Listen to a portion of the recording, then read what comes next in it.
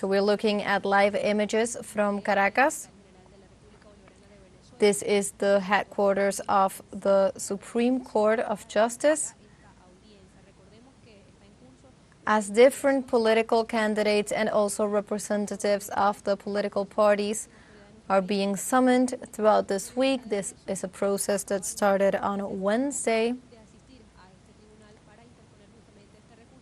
As the different representatives have been taking part in the hearings that began a couple of days ago, let's recall that this is all in the process of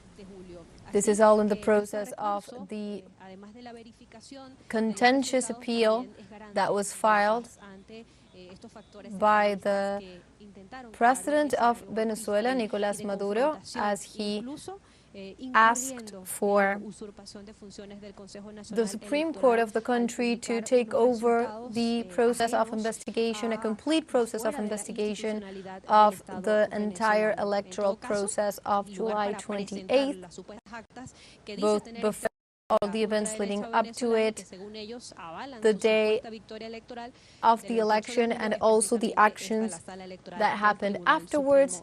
For this process, the Supreme Court has taken it upon itself to thoroughly investigate all the actions regarding the elections and has thus summoned all of the different political representatives, that is, representatives, legal representatives that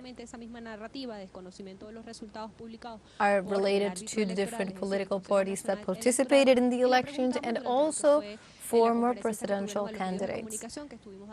These hearings have started on Wednesday this week, as we were saying. They have continued throughout Thursday and are coming to an end this first round of initial hearings. On Friday, where also around noon, re-elected President Nicolás Maduro is set to appear before the Supreme Court.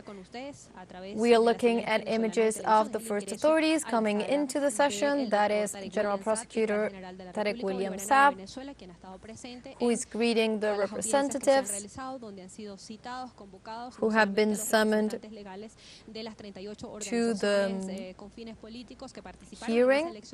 He is greeting them and exchanging a few words, as he has done on prior occasions as well throughout the week, as we have seen it. And this is the beginning. The hearing has not yet officially initiated. That will happen once the authorities come into play.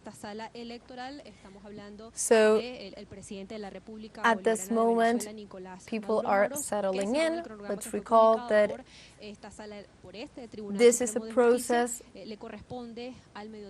that initiates the complete investigation into everything related to July 28th elections. Estas comparecencias que están previstas para el día de hoy, también el ex candidato presidencial Benjamín Raúl. So we've been seeing all the different former presidential candidates appearing before the Supreme Court, with the exception, the notable exception of far-right representative Edmundo González, who was summoned to appear on the first day of callings during this week and failed to do so. The tribunal has stated that failing to appear before a specific call of the Supreme Court could lead to judicial consequences. One of the objectives of this process of investigation is the possibility of all parties involved in the elections to present all evidence and all information before the Supreme Court in order for the tribunal to investigate and draw its own conclusions of the whole process. However, the far-right representative failed to do so at the moment. Now we see that the authorities are coming in. We are looking at Carlicia Rodriguez, President of the Supreme Court, who is now greeting those who are present and formally initiating the hearing. Now we see how